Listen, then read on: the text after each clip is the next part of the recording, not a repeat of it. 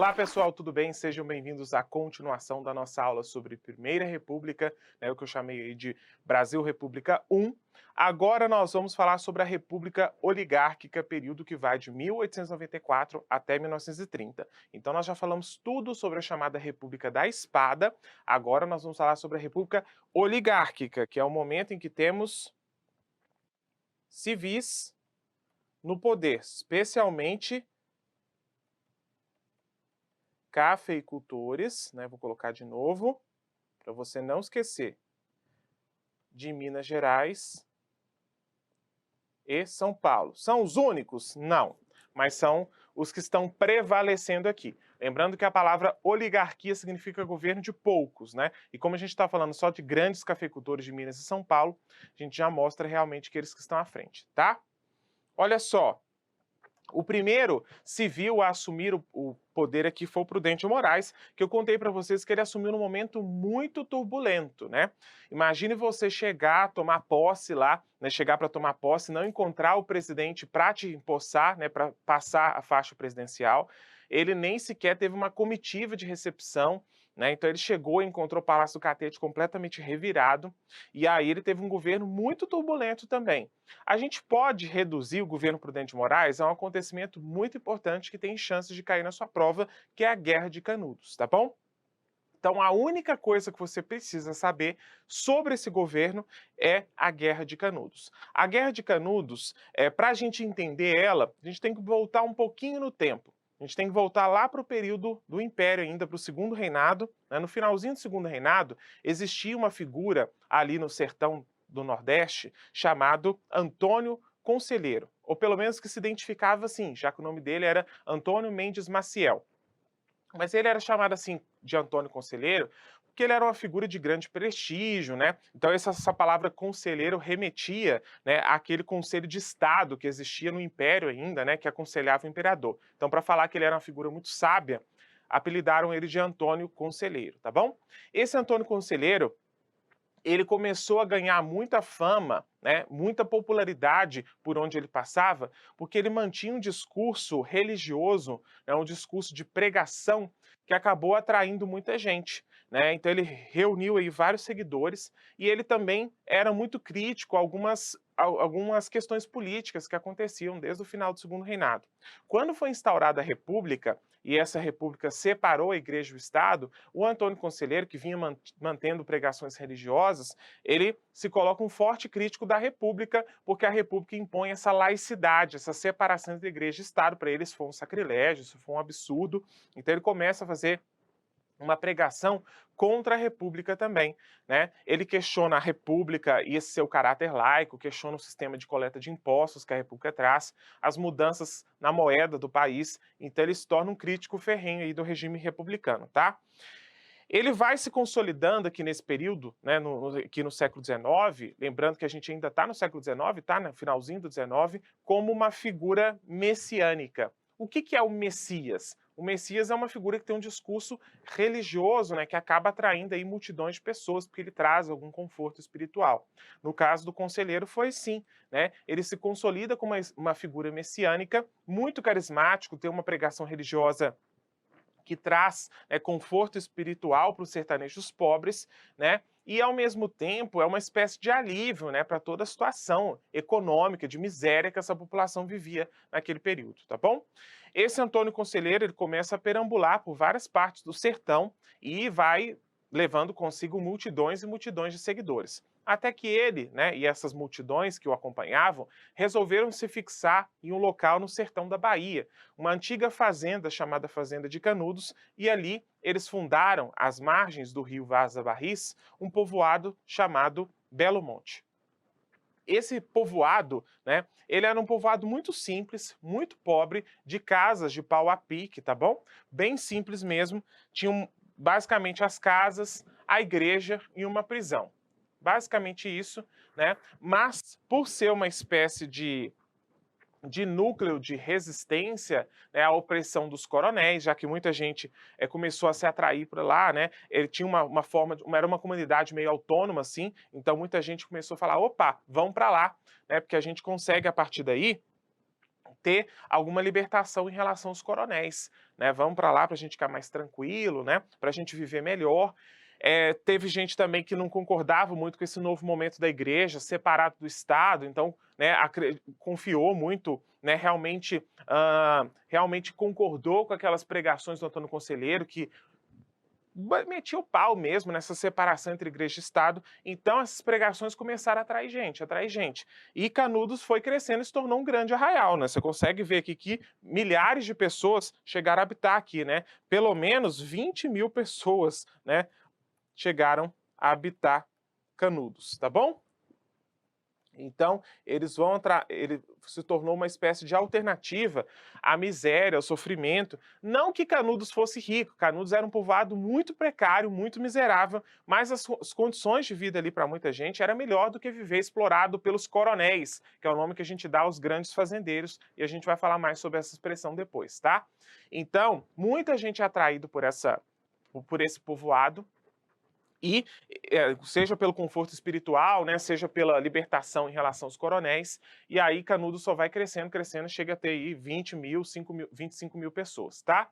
No final das contas, esse povoado começa a incomodar os coronéis, que estão perdendo ali pessoas que viviam sob sua influência, né? Muitos trabalhadores estão simplesmente abandonando e indo para Canudos, e começa a incomodar a igreja também, já que esse Antônio Conselheiro ele não era um religioso, ele era uma figura que tinha só pregação religiosa mesmo, né? E que inclusive criticava a igreja por ter se separado do Estado, né?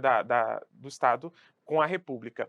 Então, tanto a igreja quanto os coronéis começam a pressionar o governo da Bahia para fazer alguma coisa. O governo então resolve organizar uma expedição militar para poder destruir Canudos. Organiza uma expedição, leva para lá, só que essa expedição foi derrotada pelos conselheiristas, né, pelos habitantes ali do arraial de Belo Monte. Com isso, então, eles acabam, né, sendo derrotados, e aí o governo da Bahia solicita reforços, solicita apoio do governo federal. E aí, lá no Rio de Janeiro, nesse momento aqui, o Prudente Moraes ele não estava no poder, porque ele tinha tido uma pedra nos rins, ele teve que sair do poder. Quem assume, teve um cálculo renal, né? Quem assume o lugar dele é o vice-presidente, Manuel Vitorino, e aí ele organiza uma expedição militar para ir destruir Canudos, tá bom? Essa expedição militar, quando ela chega lá, ela também é derrotada. Organiza-se uma nova expedição, também pelo governo federal, e novamente ela é derrotada. Então, depois de 3 derrotas, né, uma estadual e 2 nacionais, o Rio de Janeiro já está sabendo que existe Canudos, porque Canudos era um povoado, né, no meio do nada, um arraial de Belo Monte, né? No meio, assim, não no meio do nada, né? Mas para o Rio de Janeiro, o que existia no sertão da Bahia, né, era nada. Ninguém sabia exatamente como era o interior do Brasil, né, lá na capital federal. E aí, nesse momento, o Rio de Janeiro já está acompanhando essa guerra pelo jornal, o que está acontecendo, né? As pessoas começam a se inteirar e muita gente está achando, né, que o Antônio Conselheiro é um grande monarquista, né, que está tendo apoio dos monarquistas do Rio de Janeiro, né, que ele está se opondo à República, quando, na verdade, Canudos nada mais era do que um núcleo de resistência à miséria, aos coronéis, né, a uma igreja inacessível. Então, a gente tem que pensar no Arraial de Canudos não como alguém que está se opondo à República de fato, mas sim como um núcleo que foi formado, né, para poder, no final das contas, aliviar a situação ali, né, essa situação de miséria, de opressão social, tá bom? Então, mas assim, lá no Rio de Janeiro eles não sabem disso, né? Os jornais estão pintando Antônio Conselheiro como se fosse um monarquista, né? Os habitantes de Canudos como se fossem fanáticos religiosos, malucos mesmo. E aí há uma pressão muito grande, inclusive dos jornais, para se destruir Canudos, porque pensam que Canudos vai arruinar a República, né? Que a República está correndo risco aqui até sérios mesmo de continuar. Um grande exagero no final das contas, né? E aí o que acontece no final das contas? É organizada uma nova expedição, essa quarta, né, na frente, né, o general Marechal Bittencourt, e aí ela vai em direção a Canudos e arrasa com tudo mesmo. Eles destroem tudo, tá bom? Então, em apenas 3 dias, destroem plantação, casas são queimadas, né, com seus habitantes dentro, os cadáveres são deixados apodrecendo nas ruas do arraial. Então, Canudos foi completamente destruída. completamente destruída. A gente tem aqui, olha para você ver, a igreja totalmente perfurada de balas, né? E aqui alguns poucos sobreviventes desse massacre de Canudos. Praticamente só mulheres e crianças, né? Como você consegue ver aí. Então, Canudos termina com um saldo aí de 20 mil mortos. Eu acho que a população chegou até 25 mil. Então, a maior parte da população foi dizimada mesmo. O próprio Antônio Conselheiro, ele morre durante combates. Os conselheiristas enterram ele, mas aí quando, né, as tropas enviadas para destruir Canudos conseguem entrar no arraial, eles desenterram Antônio Conselheiro, cortam a cabeça dele e levam, né, para provar que eles realmente tinham vencido o conselheiro. Levam embora. Essa cabeça ficou durante muito tempo dentro do Museu Nina Rodrigues, porque o Antônio Conselheiro era visto como um doido, né, então era preciso estudar a cabeça dele, a formação craniana, né, para ver se os loucos tinham uma configuração, a caixa craniana, né, se o cérebro deles era diferente no final das contas. Das pessoas ditas sãs, né? Na época, a medicina tinha uma visão muito preconceituosa em relação a certos grupos, né? Principalmente a população pobre, né? Então, durante muito tempo, essa cabeça ficou exposta, mas depois esse museu acabou pegando fogo e essa cabeça foi destruída, tá? Então, é um episódio muito violento da nossa história, foi uma guerra também, e essa guerra foi acompanhada em partes, né, por um camarada chamado Euclides da Cunha, que pode ser que você já tenha visto ou ainda vai ver com a professora Luana lá na aula de literatura. O Euclides da Cunha, você deve lembrar ele na literatura pré-modernista, provavelmente, né? Para nós aqui, o que é interessante saber? Ele foi um correspondente de guerra, sabe quando enviam jornalistas para cobrir um conflito? Ele foi esse sujeito. Ele foi enviado para Canudos, né, pelo jornal Estado de São Paulo, para poder cobrir a Guerra de Canudos, e aí ele descreve, né, o massacre que foi. Ele realmente acha que a população sertaneja é inferior, não é civilizada, porém ele fala, isso não justifica a barbárie que foi, né? Ele acha que o progresso deve ir para todo o Brasil, mas ele acha que o que aconteceu ali foi uma barbárie, foi um massacre, né, foi um crime.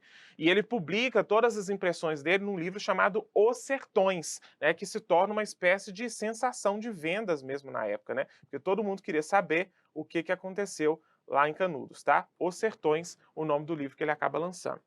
Na literatura, né, eles vinculam a publicação dessa obra à literatura pré-modernista, né? Se você não viu com a professora Luana, provavelmente você ainda vai ver, tá? Hora da fofoca histórica, então, né? O Prudente de Moraes, ele não fica todo o tempo fora do poder enquanto está acontecendo esse conflito, não, tá? E eu tô contando esse fato dele ter se afastado um pouco só apenas como curiosidade mesmo, porque isso não vai ser cobrado na sua prova. Depois, quando ele volta, ele tá com muito medo também da hora que ele voltar, ele não conseguir tomar posse, porque o Prudente Moraes, ele assume, ele venceu as eleições como presidente, só que o vice que ganhou não era o vice da chapa dele, era o vice de outra chapa. Naquela época era possível isso. E aí quem assume como vice-presidente é o Manuel Vitorino, que era uma figura ligada ao florianismo, ligado ao Floriano Peixoto. Ou seja, era o pessoal adversário dele, né? É o pessoal que queria ter ficado no poder, que não aceitou bem a vitória dele. Aí quando o Prudente sai, né, doente com cálculo renal, começa a Guerra de Canudos. Quando ele volta, ele teve que organizar essa última expedição, né, que foi um massacre. Só que aí, né, depois, o Prudente de Moraes, ele está numa situação muito impopular aqui, porque os florianistas estão muito fortes no Rio de Janeiro, né? Tem gente que exalta o Floriano Peixoto, diz que ele é um herói, não sei o quê. E aí, um desses caras que são alucinados com o Floriano Peixoto, né, um militar, inclusive, ele resolve se armar e dar um tiro no Floriano Peixoto. Um dia o Floriano Peixoto Perdão, no Floriano Peixoto não, no Prudente Moraes. Um dia o Prudente Moraes estava numa cerimônia pública, né, quando ele foi surpreendido, né, por um camarada chamado Marcelino, né, que saca uma arma em direção ao presidente Prudente Moraes. Ele, mais do que rapidamente, né, tira, que estava com a cartola, né, meio que na mão, ele afasta a arma com a própria cartola e o tiro dispara no final das contas.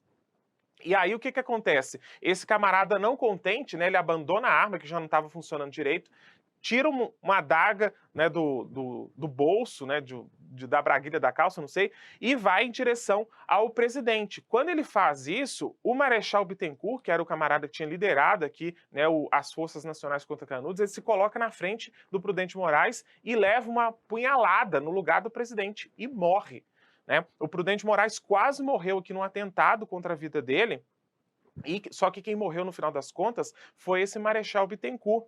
E aí o Prudente Moraes se torna uma espécie de figura muito popular também, né? Porque na hora de enterrar esse Marechal, né, ele carrega o caixão dele, né? Então ele se torna muito popular aqui nos anos finais de mandato, né? Foi uma confusão danada, foi um dos mandatos mais turbulentos da República, tá bom?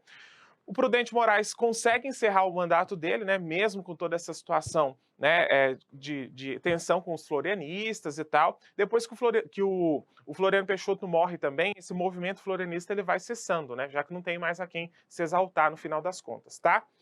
Quem vence a eleição presidencial seguinte, né, foi o candidato do Prudente Moraes, o Campos Salles, Manuel de Campos Salles. O Campos Salles, quando ele assume o poder, ele fala: eu que não quero passar por tudo isso. Eu que não quero passar por atentado, por revolta, não quero passar por nada disso.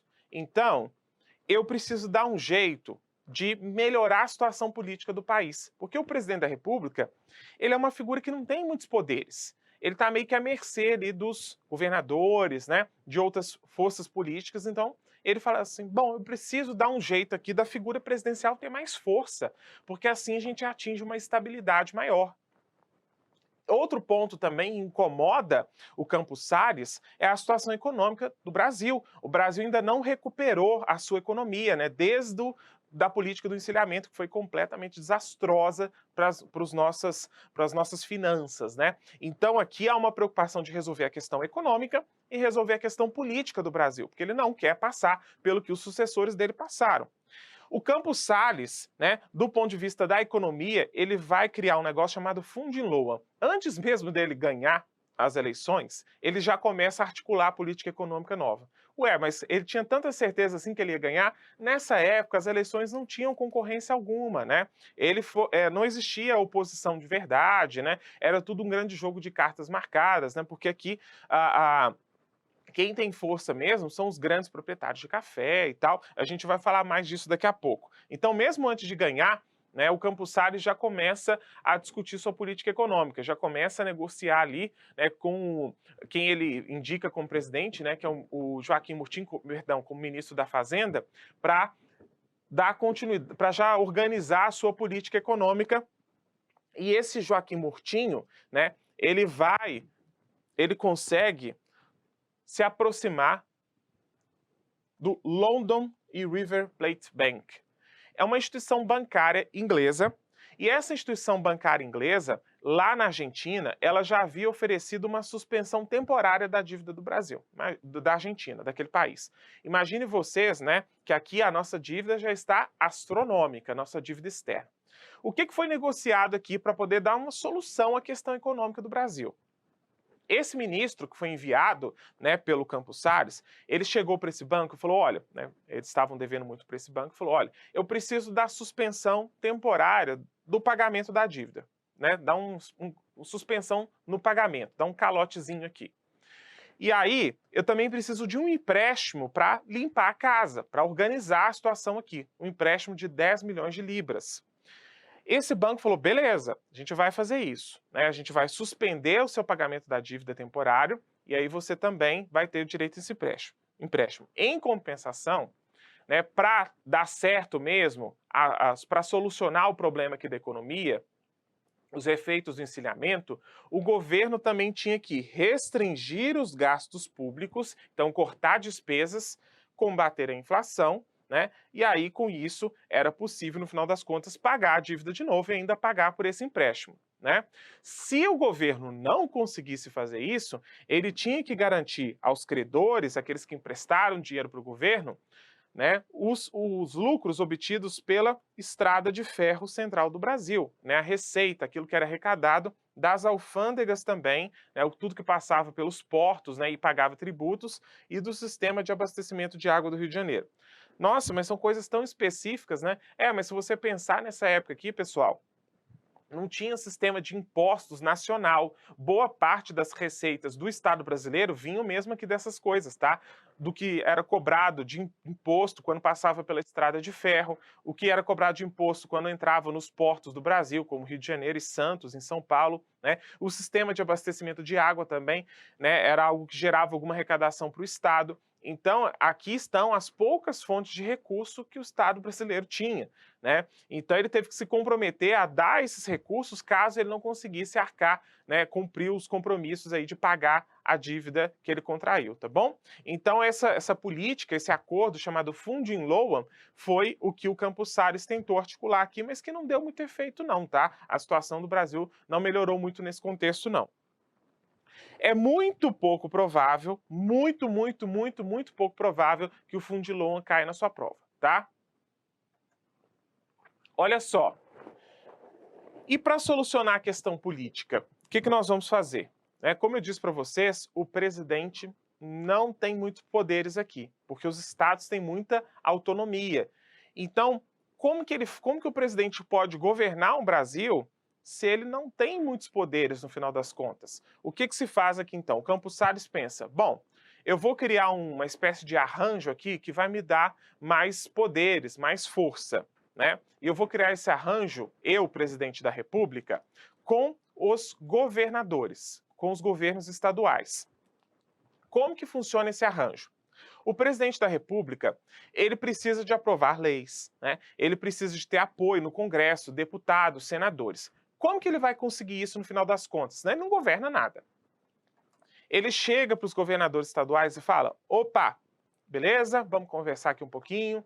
Então, estou precisando de ajuda aí, eleição está chegando, vamos eleger deputados, senadores, eu preciso de apoio aqui no Congresso, né, para eu conseguir aprovar, né, o meu orçamento, para eu conseguir aprovar umas leis. Então, tem como você me ajudar aí, elegendo alguns deputados e senadores alinhados comigo?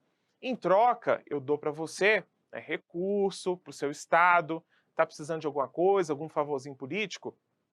Então, ele chega para os governadores estaduais e faz essa negociação.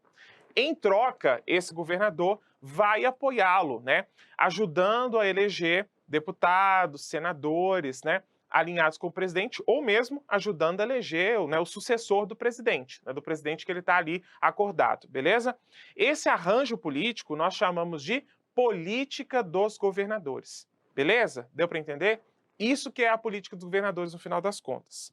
Então, é um arranjo político feito entre o presidente da República e os governos estaduais, os governadores. Beleza? Isso é a política dos governadores no final das contas. Muito tranquilo, né? Aí você me pergunta, mas como que o governador, vou pegar como exemplo, o glorioso estado de Minas Gerais, minha querida terra, como que o governador lá de Minas vai garantir que o camarada que está lá no norte de Minas vai votar no candidato que ele quer apoiar? Ou que o camarada que está lá no sul de Minas também vai votar no camarada que ele está apoiando? Como que isso vai acontecer? Como que ele vai ajudar, no final das contas, a eleger o sucessor do presidente da República, né, o candidato dele, ou ajudar a eleger deputados, senadores alinhados com o presidente da República? Ele precisa de contar com algum aliado. Esse aliado, né, vai ser o grande proprietário que está nesses interiores, né? Um grande fazendeiro, um grande comerciante, uma figura de grande prestígio. Essas figuras a gente chama de coronéis. Esses coronéis, pessoal, não é uma patente militar, não, tá? É um apelido que se dá a esses grandes proprietários, né, que têm grande influência política num determinado município. Não é que eles são os prefeitos, não. É porque eles têm tanto poder econômico, né, são grandes fazendeiros, que eles acabam mandando ali, né? Eles têm muita influência sobre as pessoas que estão ali em torno do poder dele, porque muita gente trabalha na fazenda dele, muita gente vive indiretamente ali da riqueza dele, então ele acaba acumulando também um grande poder político, tá?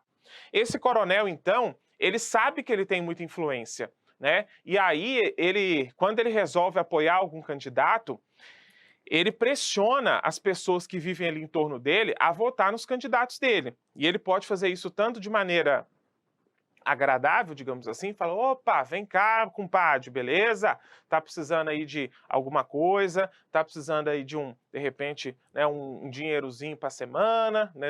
Hoje a gente diria, né, o dinheiro da cervejinha, né? Mas nessa época aqui, não, tá precisando de umas botas novas, tá precisando de alguma coisa aí. Pois é, então, ele pode fazer assim, chegar, oferecer algum agrado ali para um cara que trabalha para ele, alguém que vive no povoadozinho próximo ali da fazendona dele, ou então ele chega de maneira violenta, né? Ele chega com os capangas dele e pressiona esses caras para votar no candidato que ele quer. Mas como é que o coronel vai saber que o povão vai votar no candidato dele? No povão que vota, né? Porque a gente sabe que a maioria não vota porque é analfabeto.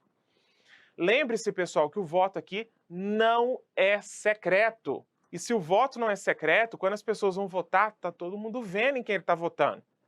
Era muito comum os coronéis deixarem, né, nos locais próximos de votação, capangas, jagunços mesmo, para ficar de olho ali para ver o pessoal em quem que eles estavam votando de fato, tá? Então o coronel usa de toda a sua influência que ele tem aqui para poder manipular as eleições. E não é só pressionando as pessoas, não. Ele chega a roubar a urna, ele chega, né, no final das contas, a fraudar as urnas, colocando mais votos ali, porque não tem justiça eleitoral como tem hoje. Quem acompanhava as eleições eram os próprios governadores, né? Então ficava mais fácil fraudar as eleições. O governador fazia vista grossa, né, para as urnas fraudadas, quando essas urnas favoreciam os interesses deles. Então, tá tudo certo. Esses coronéis, então, conseguem manipular as eleições e os governadores vão recorrer a eles. Falam assim, opa, vem cá, vamos sentar, né? Vamos estabelecer aqui um compromisso, né? Para a gente poder, no final das contas, estabelecer um acordo e você me ajudar a eleger os candidatos que eu estou apoiando nessa eleição. Então, veja que o coronel é a base de toda a política nacional. Né? Ele faz pressão ali no município, mas cada município, cada região tem o seu coronel. Então, os coronéis que se apoiam no governador, eles conseguem recursos em troca, conseguem favores políticos, né? E aí ajudam esses governadores a eleger os candidatos que eles querem. E esses governadores, por sua vez, também conseguem recursos com o presidente, e em troca, eles também têm, né, alguns favores políticos, tá bom? Também ajudam o presidente. Então, como que fica o nosso esquema? Até agora a gente viu que a política dos governadores era um arranjo político entre governadores estaduais e o presidente da República, certo? Agora, entra na base de toda essa estrutura política os chefes políticos municipais, que a gente chama de coronéis. Certo? Lembrando que chefe político municipal não é necessariamente um prefeito, não, tá? É um grande proprietário aí que tem muito poder de influência nos votos ali da sua região. Aqui funciona a mesma coisa em relação ao governo estadual, tá? Esses chefes políticos municipais, esses coronéis, eles conseguem recursos financeiros e favores políticos dos governadores. Em troca, né, desses recursos, eles ajudam os governadores a eleger os políticos que eles estão apoiando, inclusive eles próprios, né? Então, na base de toda essa estrutura política, nós temos o coronelismo, ou seja, né, a figura do coronel prevalecendo aí nas relações políticas, ele exercendo grande influência nos processos eleitorais, tá? O coronel, pessoal, dizia-se, né, que ele mantinha os seus eleitores no cabresto, né, já que, no final das contas, ele tinha grande poder de mando. Né, aquele mandonismo que a gente viu que começa lá na colônia, ele continua existindo aqui, só que tendo à frente a figura desses coronéis, tá? Então, o mandonismo nada mais é do que isso, né, o poder que um coronel exerce sobre os eleitores. Por isso que nessa charge, né, o eleitor aparece representado como um burrico mesmo, né? Ele está sendo meio que puxado aí pelo político, né? É como se o voto dele fosse manipulado, beleza? Não tem justiça eleitoral para fiscalizar as eleições, então as fraudes acontecem a todo momento. Então a gente tem roubo de urna, algumas urnas que são contabilizadas com mais votos do que o próprio tamanho da população. É comum morto votar, aparecendo voto de gente que já morreu, votos duplicados, então a mesma pessoa vota 2, 3, 4 vezes, tá? E então, existe muita manipulação aqui, e no final das contas, se por um milagre alguém que é da oposição conseguisse eleger aqui, né, que é a oposição ao coronel, que é a oposição ao governador, que é a oposição ao presidente, quando ele chega lá para tomar posse como deputado ou como senador, ele precisa ser diplomado, né? A posse dele precisa ser garantida por um conselho que existia, né? Chamado Comissão Verificadora dos Poderes, que era formado por deputados. Se eles percebem que quem está assumindo ali é um deputado de oposição, que sabe o que eles fazem? Eles não dão posse. não dão posse, eles simplesmente degolam o nome dele, tá? Não é degolar a cabeça como a época da Revolução Federalista, não. É não dar posse. Então a degola aqui nessa comissão verificadora é impedir a posse de um deputado da oposição. Então veja que mesmo quando você consegue ultrapassar todos os mecanismos de fraude e manipulação, né, e se eleger aqui como candidato da oposição, você não consegue ficar na política, porque existe ainda essa bendita dessa comissão verificadora de poderes, tá? Então a gente vê que no final das contas, toda a política nacional é marcada por fraudes, por corrupção, né? Prevalecem poucos no governo, são só os grandes proprietários ditando as cartas aqui, e é tudo uma grande panelinha, né? Quem está no poder mesmo está por meio de conchavos, de favores políticos, de alianças, né? Então a oposição aqui praticamente inexiste durante boa parte da República, já que era muito melhor ser governo sempre, né? Porque aí você ao menos garantia alguns recursos do que tentar ser oposição e acabar, né, tendo aí alguns entendimentos, ou com o governador, ou o governador como presidente, tá bom? Então a oposição aqui, durante boa parte da República, ela foi muito fraca, né? Pelo menos a oposição política, né, de políticos civis, porque era melhor ser governo sempre e receber recursos sempre do que ser oposição e correr risco aí de ser marginalizado da política. Então a grande conclusão que a gente chega é que a política dos governadores e o coronelismo, né, permitiram, né, tá errado aí, permitiram a consolidação da elite cafeeira no poder, tá? Então isso acabou ajudando, né, os grandes proprietários de lavouras cafeeiras, principalmente de São Paulo e Minas, se consolidarem no poder. Algumas considerações importantes aqui no final das contas. Quem é cidadão aqui no final? Quase ninguém. A gente viu, né? Como os analfabetos são excluídos e as mulheres também, o número de pessoas que votam aqui é muito limitado, muito mesmo, tá? E aqui eu trouxe até um exemplo para você ter noção do que está acontecendo aqui. Boa parte, vamos pensar aqui, né, na população total do Rio de Janeiro. Em 1890, né, 80% da população do Rio não vota, 80%. O número de cidadãos é basicamente quem no Rio de Janeiro ali? Funcionários públicos, tá? E aí eles vão atender os interesses do governo. Bom, só que por outro lado, né, aqueles que votam, que têm o direito de voto, eles também acabam se abstendo, eles acabam não votando. Por quê? Para que você vai votar se no final das contas existe tanta fraude aqui, né, tanta corrupção? O voto não adianta de nada, né? Vai ganhar de qualquer jeito o candidato do governo. Além disso, votar era muito perigoso, né? Se você votasse na capital, por exemplo, era comum que políticos contratassem capoeiras para ficar nos locais de votação, meio que pressionando ali as pessoas a votarem nos seus candidatos. E no interior eram os coronéis, né, que levavam seus jagunços, né, para obrigar as pessoas a votar no candidato deles. Então votar, além de muito perigoso, não adiantava nada, porque a fraude é que prevalecia. Então, na prática, pouca gente tinha o direito de voto. E aqueles, dentre esses que tinham direito, a maioria não votava, porque votar não adiantava de nada, tá bom? Bom, e para a gente fechar esse bloco, é provável, né, que você já tenha ouvido falar do termo política do café com leite, né? E quando você aprendeu na escola, o que te disseram? Provavelmente, tá? Espero que não, mas acredito que a chance maior é que você tenha aprendido assim. A política do café com leite seria a alternância de Minas e São Paulo no poder. Foi isso que você ouviu? Eu também ouvi, se for o caso, tá? Só que não é bem assim que acontece a política aqui, não. Por quê?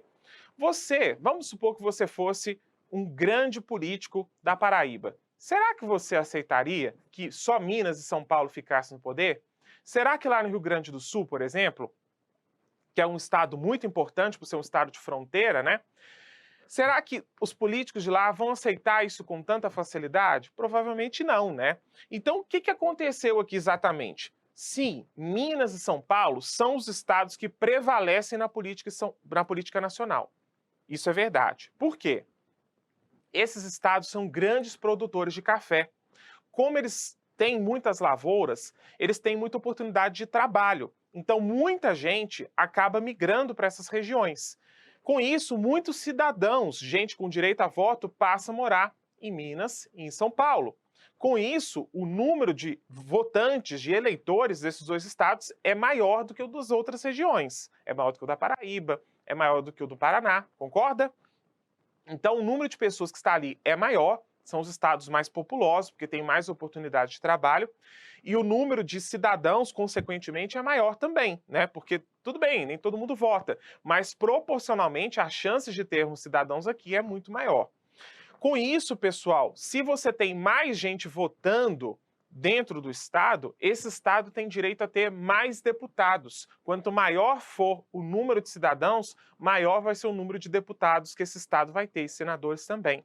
Consequentemente, Minas e São Paulo são os estados que têm mais deputados e mais senadores. E se tem mais importância política. Deu para entender agora por que prevalece Minas e São Paulo, né, no poder? Pois é. Então, Minas e São Paulo têm as maiores bancadas no Congresso, o maior número de deputados e de senadores. De Minas, o pessoal chamava até de carneirada, né? Porque votava todo mundo junto, como se fosse um rebanho de carneiro, assim, né? Quando ia votar, votava todo mundo para representar os interesses de Minas. Então, eles têm mais expressão econômica e, logo, têm maior expressão política também. Então, Minas e São Paulo vão ter mais condições de impor os seus interesses estaduais como interesse nacional. Então, a política nacional ela acaba sendo influenciada por aquilo que aqueles estados querem para eles, tá? Porque eles têm maior peso nas decisões.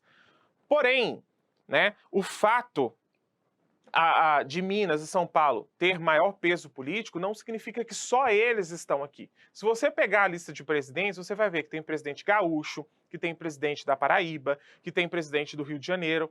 Por que isso acontecia? Porque Minas e São Paulo, eles são os estados mais importantes, mas eles nem sempre estão lançando presidentes. Às vezes eles apoiam algum presidente. Então, o que existe aqui no final das contas? Não é uma alternância de Minas e São Paulo no poder. Existem presidentes que são eleitos ou com apoio de São Paulo, ou com apoio de Minas, ou com apoio dos dois, tá? É isso que acontece aqui, beleza? Nem sempre Minas e São Paulo vão estar juntos apoiando o mesmo político, porque às vezes eles têm interesses diferentes, mas todo candidato que vence as eleições aqui está sendo apoiado por pelo menos um desses dois estados. Então isso é que é a política nesse período. Esse termo café com leite, né, a forma como se explica ele, é um pouco equivocado, é muito pouco provável que a sua prova vá abordá-lo aqui, tá? Então é isso que acontece no final das contas. Ah, quando que começa a política do café com leite, né? Não se preocupe com isso, não vai cair. O que eu preciso que você saiba é que Minas e São Paulo são os estados com maior peso na política nacional, beleza? E eles nem sempre estão juntos. Tem até essa charge aí, olha só, de Minas e São Paulo, né, assumindo o novo governo, e eles são gigantes, né? Aí chega um estado pequenininho, que é o estado de Sergipe, falando assim, há um lugarzinho para mim aí nesse time?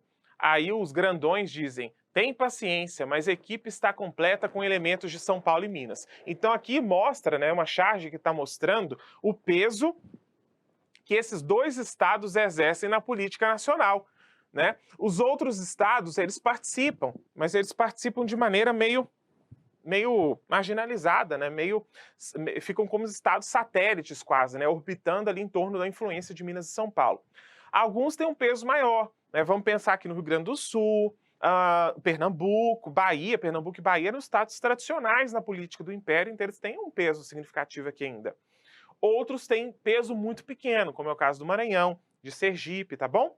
Mas o que prevalece aqui no final das contas são esses dois estados, às vezes juntos, às vezes separados, tá? Tranquilo?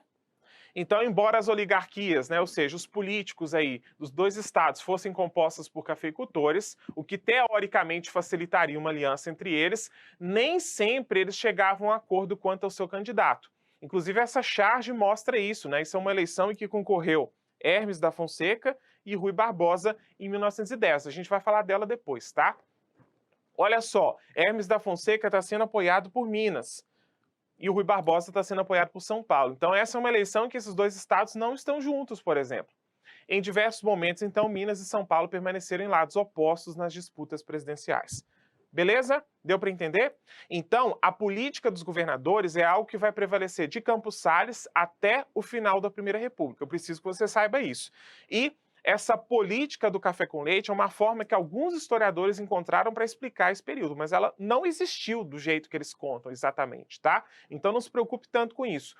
Preocupe-se em entender que, no final das contas, esses dois estados, Minas e São Paulo, eles exercem muito peso nas decisões políticas nacionais, tá? É como se os recursos, né, as políticas públicas fossem basicamente para atender os seus interesses e não os interesses de todo o país. É isso que eu preciso que você saiba. Legal? Fechou? Então, no nosso próximo bloco, nós vamos continuar falando sobre a República Oligárquica. Tchau!